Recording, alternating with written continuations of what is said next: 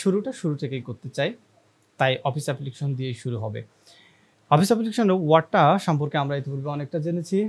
আজকে থেকে আমাদের একদম পারফেক্ট ক্লাস যেটাকে বলা হয় সেটা শুরু হবে। তবে আগে যে কথাগুলো বলেছি একদম ফালতু না, এটার গুরুত্ব আমরা ভবিষ্যতে বুঝতে পারবো এবং এটার যে কতটা গুরুত্বপূর্ণ ছিল সেটাও কিন্তু আমরা ভালোভাবে আজ করতে পারবো একটা সময় গিয়ে।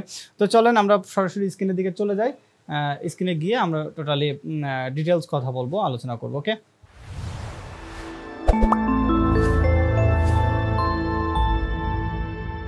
তো ওয়ার্ডটা ওপেন করে ফেলেছি আমি, দেখতে পাচ্ছেন এই ধরনের ইন্টারফেস আমাদের থাকে ওয়ার্ডে। আমরা এভাবে করে ব্ল্যাঙ্ক ডকুমেন্ট ক্লিক করে এটাকে ওপেন করে ফেললাম। ওকে, তো আমরা ইতিপূর্বে দেখছিলাম যে মেনু বার কাকে বলে, ক্যারেক্টার বার, অপশন বার বা টুল বার। কোনো কিছু মনে রাখার চেষ্টা করবেন না, খাতায় নোট করার চেষ্টা করবেন না, সমস্ত কিছু নোট হবে ব্রেনে। আপনি যদি 10% মনে রাখতে পারেন আপনি এনাফ। আমি আশা করবো এর থেকে বেশি পারবেন, কারণ আপনি অডিও, শুধুমাত্র অডিও শুনলে 10% হয়, ভিডিও দেখলে প্রায়, ভিডিও অডিও দুটো মিলে প্রায় 70% মনে রাখা সম্ভব হয়। আপনি প্র্যাকটিস করলে এটা 100 হয়ে যাবে। ঠিক আছে, প্র্যাকটিস করলে 100 হয়ে যাবে। তো আশা করি প্র্যাকটিস করবেন। তো যাই হোক, আমরা আজকে যে ক্লাস আমরা যেটা শিখবো সেটা হচ্ছে আমরা হোম মেনুটা নিয়ে কথা বলবো। হোমটাকে মূলত 5 ভাগে ভাগ করা হয়েছে। আমি যদি বলি, প্রথমে ক্লিপবোর্ড, ফন্ট, প্যারাগ্রাফ, স্টাইল এবং এডিটিং। অ্যাডভান্সটা পরবর্তীতে যোগ হয়েছে। যাই হোক, সব মিলে 6টা ভাগে ভাগ করা হয়েছে।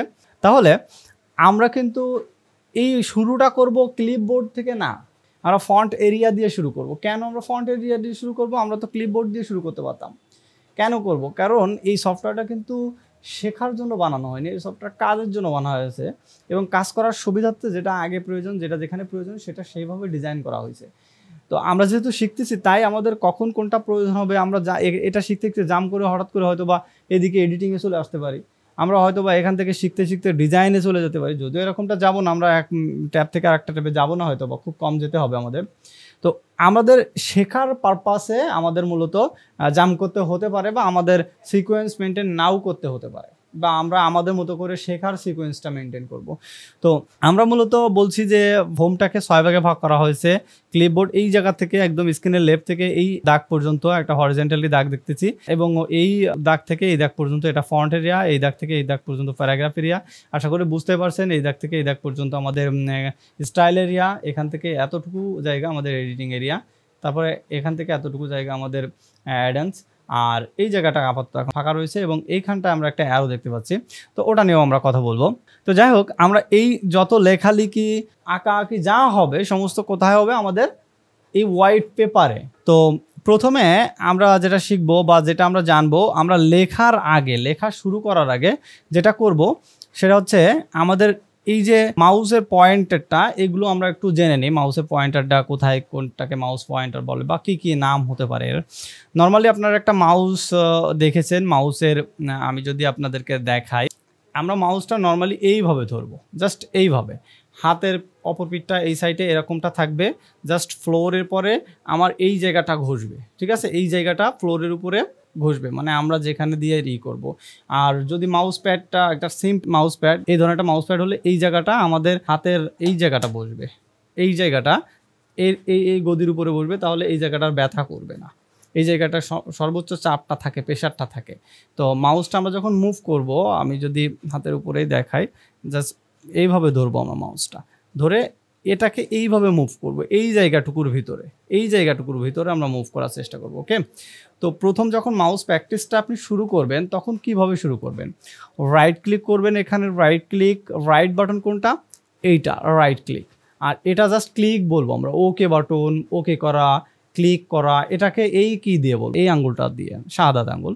আর এটা এইভাবে বসবে, আমি আবারও বলছি, এবং এই আঙ্গুলগুলো এইভাবে করে থাকবে, এখান থেকে মুভ করবে। ওকে, তো এটা হলো ওকে বাটন, ওকে কি বা বাটন, আর এটা হলো আমাদের অপশনাল কি বা রাইট ক্লিক। আর এখানে এটা যেটা দেখতেছি এটা হলো আমাদের মাউস হুইল। তো এটা হলো মাউসের হুইল, এটা স্ক্রলিং করলে কি হয় আমরা পরবর্তীতে জানবো, হয়তো জেনে রাখেন। আর এখানে ছোট্ট একটা কি রয়েছে, এটার কাজটা হচ্ছে আমি এইখানে ডাবল ক্লিক করলে অনেক সময় যে কাজটা হয়, এখানে অন ক্লিক করলে সেই কাজটা হবে। এটা A4 টেকের একটা মাউস, এই মাউসে আপনি এই অপশনটা পাবেন, আরও বেশ কিছু মাউসে এগুলো থাকে। তো যাই হোক, আমরা মাউস প্র্যাকটিস করব, জাস্ট এখানে রাইট ক্লিক করব, উইন্ডোজ 10 থাকলে এখানে পাবো আমরা রিফ্রেশ। এটাকে যত দ্রুত করা যায়, আমার স্ক্রিনে অনেক কাজ চলতেছে যার কারণে কিছুটা স্লো কাজ করে। জাস্ট এটা এইভাবে করে আপনি যতবার ইচ্ছা করবেন, মাউসে প্র্যাকটিস হয়ে যাবে। এরপর আমরা আরও একটু প্র্যাকটিস দিব মাউসের, তাহলে আপনি মাউস ধরাটা কিন্তু বুঝতে পারলেন। এটা কিন্তু প্র্যাকটিস করতে হবে। আমি বললাম, আপনি করলেন না, শুনলেন, বুঝলেন, বা আপনি মনে করতেছেন এটা ইজি ব্যাপার না। যারা নতুন একেবারে বিগিনার, জাস্ট ল্যাপটপ কিনেছে বা কম্পিউটার বা ডেস্কটপ জাস্ট শুরু করেছে, কিনেছে এই রিসেন্টলি, হয়তো বা কোর্স শুরু করার দিন থেকেই শুরু করেছেন আপনি, তখন বা ডিসিশন নিয়েছেন, তখন কিন্তু আপনি একেবারে কিছু জানেন, আমি ধরে নিচ্ছি তাদের জন্য। আর যারা জানেন, অলরেডি ব্যবহার করতে জানেন, ব্যবহার করেন, তাদের হিসাব তো আলাদা, হয়তো বা তাদের কাছে এটা খুব হাস্যকর মনে হবে। তো যাই হোক, সবাই একটু সহজ দৃষ্টিতে দেখবেন। তো এরপরে আসেন যে আমরা আবারও ওয়ার্ডটা ওপেন করলাম। এখানে আমাদের এই যে মাউস আমরা যেটা দেখতে পাচ্ছি, অর্থাৎ আমরা আবারও যদি এখানে যাই, এই যেটা দেখতে পাচ্ছি এটা হচ্ছে মাউস পয়েন্টার। ছোট্ট দেখতে পাচ্ছি আমরা, আইকনটা ছোট করে নেওয়া, পরবর্তীতে আমরা বড় করে নিব, এবং কীভাবে বড় করতে হয় আইকনটা মাউসের, এই যে মাউস পয়েন্টারটা, সেটাও আমরা দেখিয়ে দেব। ওকে, তো এটা মাউস পয়েন্টার। দেখেন এখানে এসে কিন্তু আপনি সে পয়েন্টারটা পাচ্ছেন না, এখানে একটা আই মতো চিহ্ন পাচ্ছেন, আই মতো, হ্যাঁ, বড় হাতের আয়ের মতো দেখতে। এটা হলো কার্সার পয়েন্ট, এবং কার্সার পয়েন্ট যখন এখানে আসে তখন দেখেন ওর পাশ দিয়ে কিছু দাগ আসে, এবং এখানে আবার এদিকে আসলেও ঠিক এই যত পেজের ভিতরে যেখানেই যাবো না কেন এটা দাগ দেখাচ্ছে, এখানে গেলে আবার এর কাছাকাছি গেলে কিন্তু দাগটা নাই। তো যাই হোক, এটা ওর প্রয়োজন মতো আসছে, যে কখন কোনটা দিলে ভালো হবে, কখন কোনটা লাগবে, প্রয়োজন হবে, সেটা সেই অনুযায়ী মূলত দিচ্ছে। এই যে মাউস পয়েন্টার, এটা যেটা সে নিভু করতেছে, লাফাচ্ছে, ফালাচ্ছে, এই যে নিভু করে যে জিনিসটা আয়ের মতো বা একটা দাগ, এই জায়গাটা বা এইটার নাম হলো রাইটার পয়েন্ট। মূলত এখান থেকে লেখাটা শুরু হয়, এই জন্য এটার নামটা হলো রাইটার পয়েন্ট। কোনো কিছু মুখস্থ করার বা নোট করার চিন্তাও করবেন না, মাথায় নেবেন, আমি বারবার রিপিট করবো, এটা আজকে করবো তা না, আপনি একদম শেষ দিন পর্যন্ত এটার কথা আমি বলতে থাকবো। আমি মনে করবো আপনি কিছু জানেন না, কিছু পারেন না, আপনি নতুন আজও পর্যন্ত, আমি এটা মনে করে আপনাকে দেখাবো, বলবো, শেখাবো, এবং আমিও শিখবো। তো বিষয়টা হচ্ছে মাথায় নেওয়ার চেষ্টা করবেন, কোনোভাবেই চিন্তা করবেন না, খাতা কলমে একটু নোট করে রাখি, পরবর্তী প্র্যাকটিস করবো। আবার ভিডিওটা আরেকবার দেখেন, আপনার উপরে হবে, আপনার একটা শাস্তি হবে যে আমি একবারে মনে করতে পারলাম না, তার জন্য আমি শাস্তি, আবার পুরো ভিডিওটা দেখতে হবে, বা ওই জায়গাটা কোথায় আছে সেটা বের করতে হবে, এটা একটা রিসার্চ হবে, ঠিক আছে? তো নোট করলে কি হবে, আপনার হয়তো বা বইয়ের একটা পেজ উল্টালে আপনি পেয়ে যাচ্ছেন, কিন্তু একটা ভিডিও 10 মিনিটের ভিডিও আপনার পুরোটাই আবার দেখতে হবে, আর একটু ইনক্রিজ হলো আপনার জন্য। যাই হোক, ওটা তো লাগবেই না, ওরকম চিন্তাও করা যাবে না, আপনি চিন্তা করবেন যে আপনার ব্রেনে এটা নোট করতে হবে। ওকে, তো এটা বলছিলাম যে রাইটার পয়েন্ট, আর এটা বলছিলাম কার্সার পয়েন্ট, এই যে আয়ের মতো দেখতে কার্সার পয়েন্ট। আর এই সাইডে যখন যাবেন, এটা হচ্ছে মাউস পয়েন্টার। দেখেন বাঁকাটা, দেখেন ডানের দিকে কিন্তু এটা বাঁকা হয়ে আছে, হ্যাঁ, মাউস পয়েন্টারটা। কিন্তু আমি যখন উপরে যাব, এদিকে এখানে যাচ্ছি, দেখুন এটা বাম দিকে বাঁকা হয়ে আছে, ঠিক আছে? তাহলে মাউস পয়েন্টার সময় ভিন্ন ভিন্ন পরিস্থিতি মোকাবেলা করার জন্য ভিন্ন ভিন্ন আকার তৈরি করে, বা পরিস্থিতিতে যাওয়ার জন্য ও মোটামুটি তৈরি হয়ে থাকে বা তৈরি হয়ে যায়, ঠিক আছে? এই হলো মাউস পয়েন্টার ব্যাপার গেল। আমরা আজকে মাউসের ব্যাপারটা জানলাম, এবং এটা নিয়ে আমরা প্র্যাকটিসটা একটু পরে দেখব। এরপরে আসেন যে আমরা কিবোর্ড দরকার, তার আগে আমরা কিছুটা প্র্যাকটিস এদিক দিয়ে করে আসি। আমরা মূলত এই ফন্ট এরিয়াটাকে মোটামুটি 2টো ক্লাসে শিখবো অনলি।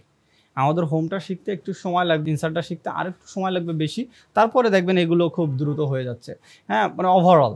আর যদি ভেঙে বলি তাহলে তো সময় লাগবেই, এবং আমি চেষ্টা করবো ভেঙে বলার, যদি আপনারা সময় দেন। এখন এখানে লিখতে গেলে এই যে রাইটার পয়েন্ট যেটা আছে, এটাকে আমাদের বড় করে নিতে হবে। বড় করার জন্য আপনি কি করবেন, এখানে দেখেন 11 থাকে, ডিফল্টভাবে ম্যাক্সিমাম আপনার ওয়ার্ডে 11ই থাকবে, তো এটাকে ডিফল্ট 11 রাখা হয়েছে। আমরা চাইলে এটাকে ডিফল্ট 14 বা 20 করে রাখতে পারবো, বা 10টাও করে রাখতে পারবো, সমস্যা নাই। তো এটা কীভাবে ডিফল্ট করতে হয় সেটাও আমরা দেখবো দেন অ্যান্ড দেয়ার ইনশাল্লাহ।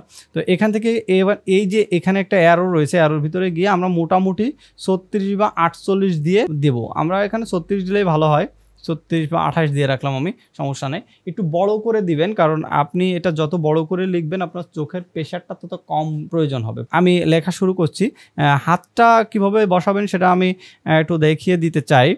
আপনার এই যে দুটো আঙ্গুল, শাহাদাত আঙ্গুল এবং দুই হাতের শাহাদাত আঙ্গুল, ডান হাতের শাহাদাত আঙ্গুল এটা বসবে জের উপরে এবং এটা বসবে এফ এর উপরে, বসে হাতটা ঠিক এই দুটোকে এইভাবে করে দিবেন, এবং হাতটা এখানে দিয়ে একটু এরকম বোলাবেন, দেখবেন যে এখানে উঁচু মতো আছে। ঠিক একইভাবে কিবোর্ডের 5 কিতেও এরকম উঁচু মতো থাকে। এই উঁচু থাকার কারণ হচ্ছে একজন অন্ধ মানুষের জন্য শিখতে পারে এটা দেখে, যেমন ছোট ফোন, সাধারণ ফোন যেগুলো শুধু অডিও ফোন যেগুলো আর কি, ওগুলোতে দেখবেন যেগুলো কিপ্যাড আছে অ্যাকচুয়ালি, ওগুলোর 5টায় দেখবেন যে একটা মার্ক রয়েছে, অর্থাৎ ওই 5-এর উপরে 2 থাকে, 5-এর নিচে থাকে 8, ডানে থাকে 6, বামে থাকে 4, এইভাবে করে ওরা একজন অন্ধ মানুষ হিসাব করে নেয়। ঠিক একইভাবে আপনি তো দেখে দেখে লিখবেন না, তাই না?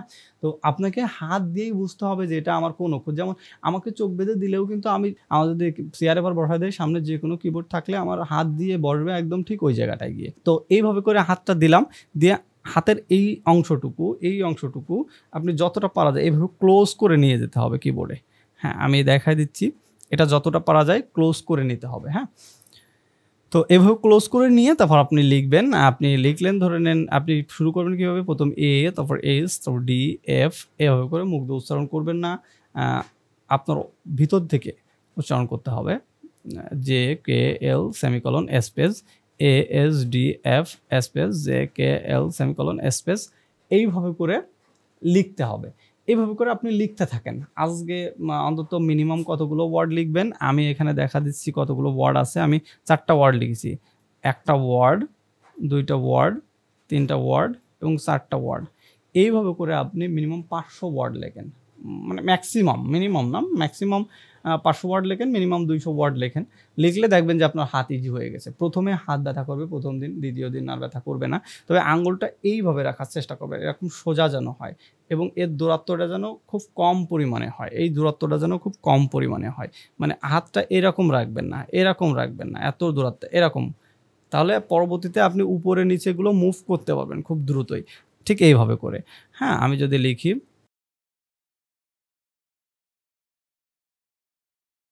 ঠিক আছে, the quick brown fox over the lazy dog. Okay, এইভাবে করে আমরা পরবর্তীতে লেখা শিখবো। আপাতত আপনি যেভাবে লিখবেন সেটা হচ্ছে A S D F J K L semicolon space, এইভাবে করে লিখতে থাকবেন।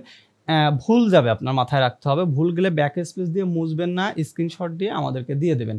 যতবার ভুল যায় যাক, ভুল গেলে ব্যাক স্পেস দিবেন না। আমি আবারও রিপিট করছি, ভুল গেলে ব্যাক স্পেস ব্যবহার করবেন না, ডিলেট ব্যবহার করবেন না। যত ভুল হচ্ছে তত আপনি রিপোর্টটা দেখতে পাচ্ছেন, ওই রিপোর্ট দেখে আপনি সংশোধন হয়ে যাবেন। ওকে, ডান। তো আমাদের কিছু লেখা প্রয়োজন ছিল প্র্যাকটিস করার জন্য, ওই জন্য আমরা কিছুটা লিখে নিলাম। এছাড়াও আপনারা প্র্যাকটিস করার জন্য অন্যভাবে লিখতে পারেন, যারা টাইপিংটা পারেন তাদের জন্য আমি একটা শর্টকাট কমান্ড দেখা দিচ্ছি, আর এন্ড র্যান্ড লিখে ফার্স্ট ব্র্যাকেট ওপেন এবং ক্লোজ করে দিবেন, দিয়ে ইন্টার দিবেন। দেখবেন এখানে অনেকগুলো প্যারাগ্রাফ, অর্থাৎ 5টা মতো প্যারাগ্রাফ আসবে। আমি এখানে ফন্ট সাইজটা একটু কমাই দিচ্ছি, 1 পেজে আনার জন্য 12 করে নিলাম। ওকে, এই লেখাটা আমি নিয়ে নিলাম। তাহলে কি দেবেন আপনি, র্যান্ড লিখে ফার্স্ট ব্র্যাকেট ওপেন এবং ক্লোজ, আর A N D rand. Okay, তো এখন আমাদের প্র্যাকটিস করব।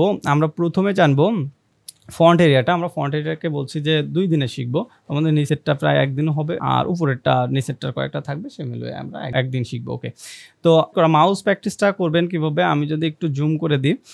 তো মাউস প্র্যাকটিস করার জন্য আপনি এই যে কার্সার পয়েন্টটা এখন বা রাইটার পয়েন্টটা এখন আছে যেখানে, এটা আর কোন দিকে আছে, অবশ্যই রাইট সাইডে আছে এবং লেফট সাইডে আছে পি। তাহলে এখন আপনি যদি পিকে সিলেক্ট করতে যান, মাউস পয়েন্টারটা এখানে নিয়ে আসবেন বা কার্সার পয়েন্টার নিয়ে এখানে এইটুকুকে সিলেক্ট করবেন, রেড ক্লিক করবেন। যতগুলো পি আছে এভাবে সিলেক্ট করবেন, রেড ক্লিক করবেন। যতগুলো পি আছে খুঁজে খুঁজে বের করবেন।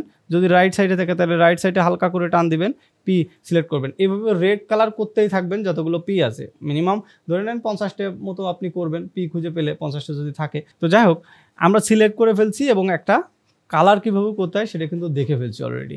ওকে, এরপর আসেন, যদি আপনার এরকম হয় যে আপনি ওগুলো সিলেক্ট করলেন, শুধু ওগুলো সিলেক্ট করলেন, ওগুলো করে আপনি এইভাবে করে বিতে ক্লিক করবেন। এটা বোল্ড হয়ে যাচ্ছে, একটু মোটা হয়ে যাচ্ছে, দেখেন। যতগুলো ও পাবেন এভাবে করে বোল্ড করবেন। এটা কী হবে, মাউসের প্র্যাকটিস হয়ে যাবে। যতগুলো ও আছে ওগুলোকে ধরবেন এবং বোল্ড করে দিবেন। একইভাবে যদি কোনো কিছু বোল্ড আপনি করে ফেলেন ভুল করে, ধরে নেন যে এই দুটো মিলে আপনি বোল্ড করে ফেলেছেন, কিন্তু আপনার ইচ্ছা ছিল শুধু ও বোল্ড করা, তাহলে পিটাকে সিলেক্ট করে নিতে পারেন, নিয়ে জাস্ট আবার বিতে ক্লিক করেন, অ্যাজ এ কারেন্টের সুইচের মতো। হ্যাঁ, আপনি যেভাবে অন করেন সুইচটা ঠিক ওইভাবে অফ করে দিতে হয়। একটা লাইট জ্বালানোর জন্য যে সুইচটা অন করতে হয়, লাইটটা অফ করার জন্য ওই সুইচটাই কিন্তু আপনার প্রেস করতে হয়। ঠিক আছে, ঠিক একইভাবে আপনি এটাকে বোল্ড করে ফেলেছেন, তাহলে এটাকে আবার আনবোল্ড করতে এটাকেই সিলেক্ট করেন এবং এটাকে দেখায় আনবোল্ড করে দেন, অ্যাজ এ সুইচের মতো। ওকে, তাহলে বোল্ড আমরা শিখলাম, এখান থেকে কালার করা শিখলাম। একটা কালার করা শিখেছি কিন্তু অনলি রেড কালার, আর ডিফল্টভাবে রেড কালারই এখানে থাকবে। ওকে, দেন নেক্সট, এখন আপনি এটাকে সিলেক্ট করেন করার পরে এরপরে দেখেন ইটালিয়ান স্টাইল আছে। আমি মাউস ব্যবহারটা কেন শিখালাম আগে, কারণ আপনি যদি প্র্যাকটিস করতে চান তাহলে মাউসের ব্যবহারটা আপনাকে জানতে হবে। এরপরে আমি কিবোর্ডটা কেন শিখালাম, কারণ আপনি যদি প্র্যাকটিস করতে চান তাহলে কিছু লেখা তো আপনার প্রয়োজন, তাহলে লিখতে হবে। এখন আপনি ঘিজিমিজি লেখেন আর এরকম কিছু প্যারাগ্রাফ নিয়ে আসেন, সেটা ভিন্ন ব্যাপার। এখন লিখতে গেলে তো কিবোর্ড লাগবে, তাই আমি কিবোর্ডটা দেখিয়ে দিলাম কিভাবে কিবোর্ডটা পরিচালনা করতে হয় বা কিভাবে কিবোর্ডটা ইউজ করতে হয়। ওকে, তো এইভাবে 8টা ক্লাস করলে আমি যেভাবে দেখাই দিলাম 200টা ওয়ার্ড মিনিমাম লিখবেন, ম্যাক্সিমাম 500 ওয়ার্ড লিখবেন, দেখবেন আগামী দিন কত ইজি হয়ে গেছে। অবশ্যই কমেন্ট করবেন লিখেছেন এবং স্ক্রিনশট দিবেন। হ্যাঁ, আমাদের গ্রুপে ফেসবুক গ্রুপে যাবেন এবং স্ক্রিনশট দিবেন, হেল্প অপারেশন ইনস্টিটিউটে গিয়ে স্ক্রিনশটটা দিয়ে দেবেন। ধন্যবাদ। এরপরে আসেন যে আমরা বোর্ড শিখলাম, ইটালি শিখলাম, এরপরে আন্ডারলাইন অনেক কিছু আমাদের ইটালিটা আমাদের এখানে যে আছে আমি বুঝবো কী করে সেটা একটু জেনে নিই। এই দেখেন এটা সিলেক্ট করলে দেখেন এটা যখন মাউস এখানে নিয়ে যাচ্ছি তখন দেখেন দেখাচ্ছে, কিন্তু আমি এখানে যখন ক্লিক করছি কোনোটাই সিলেক্ট নাই, এখানে সিলেক্ট আছে। আমি যদি এখানে ক্লিক করি বোর্ড দেখাচ্ছে না, কিন্তু আমি যদি পুরো এই ডকুমেন্টটাকেই সিলেক্ট করে বোর্ড করে রাখতাম দেখেন এখানে ক্লিক করলে বোর্ড, কিন্তু অন্য কোনো জায়গায় ক্লিক করলে বোর্ড নাই। তার মানে কি এটা যে বোর্ড করা আছে আমি এখানে দেখে বুঝতে পারবো, এটা যে ইটালি করা আছে আমি এখানে দেখে বুঝতে পারবো। একইভাবে আমি ভিডিও দ্যাট বেস্ট এইটুকু সিলেক্ট করলাম এবং এখানে গিয়ে আন্ডারলাইনে ক্লিক করলে দেখেন এটা আন্ডারলাইন হয়ে গেল। তাহলে এটা যে আন্ডারলাইন হয়েছে আন্ডারলাইন মার্ক করে দিয়েছে, এটা যে বোর্ড হয়েছে বোর্ডটাকে মার্ক করে দিয়েছে, এটা যে ইটালি হয়েছে ইটালিটাকে মার্ক করে দিয়েছে। আপনি চাইলে কিন্তু 3টে ইফেক্টই একসঙ্গে ব্যবহার করতে পারবেন, কোনো সমস্যা না, এবং 3টাকেই মার্ক করে দেবে। আবার 3টাকে উঠানোর জন্য 3টাকে এটাকে সিলেক্ট করে আপনি একটা উঠে দিতে পারবেন, চাইলে আন্ডারলাইন দিতে পারবেন, শুধু ইটালি রাখতে পারবেন। এখন যদি আপনার মনে হয় যে না আন্ডারলাইন দিব কিন্তু এই একটা দাগের আন্ডারলাইন একটু মোটা দরকার বা একটু ডট ডট দরকার বা এখানে জিগজ্যাগ দরকার, আপনি যেটা ইচ্ছা সেটা ব্যবহার করতে পারবেন। এখন মনে হচ্ছে যে না আন্ডারলাইন আমি একটু কালারও দিব, এখানে যান গিয়ে এখান থেকে গিয়ে যে কোনো একটা কালার চুজ করে দেন, দিলে সে কালারটা অ্যাক্টিভ হয়ে যাবে। আশা করি বুঝতে পারছেন এবং সহজ ইজি বিষয়, আমরা যেটা শুনে আসছে আসলে সহজ, কিন্তু এটা প্র্যাকটিস করতে হবে, প্র্যাকটিস না করলে কিন্তু ধরে রাখতে পারবেন না। ওকে, এখানে আমরা শিখলাম কি তাহলে বোল্ড, ইটালি, আন্ডারলাইন এবং এখান থেকে কীভাবে কালার করতে হয়। আজকে এই পর্যন্তই থাক, আমরা আর আগাচ্ছি না, আর আগামী দিন ইনশাআল্লাহ সবগুলো একসঙ্গে হয়ে যাবে। আজ এই পর্যন্ত, আল্লাহ হাফেজ, আসসালামু আলাইকুম ওয়া রাহমাতুল্লাহি ওয়া বারাকাতুহু।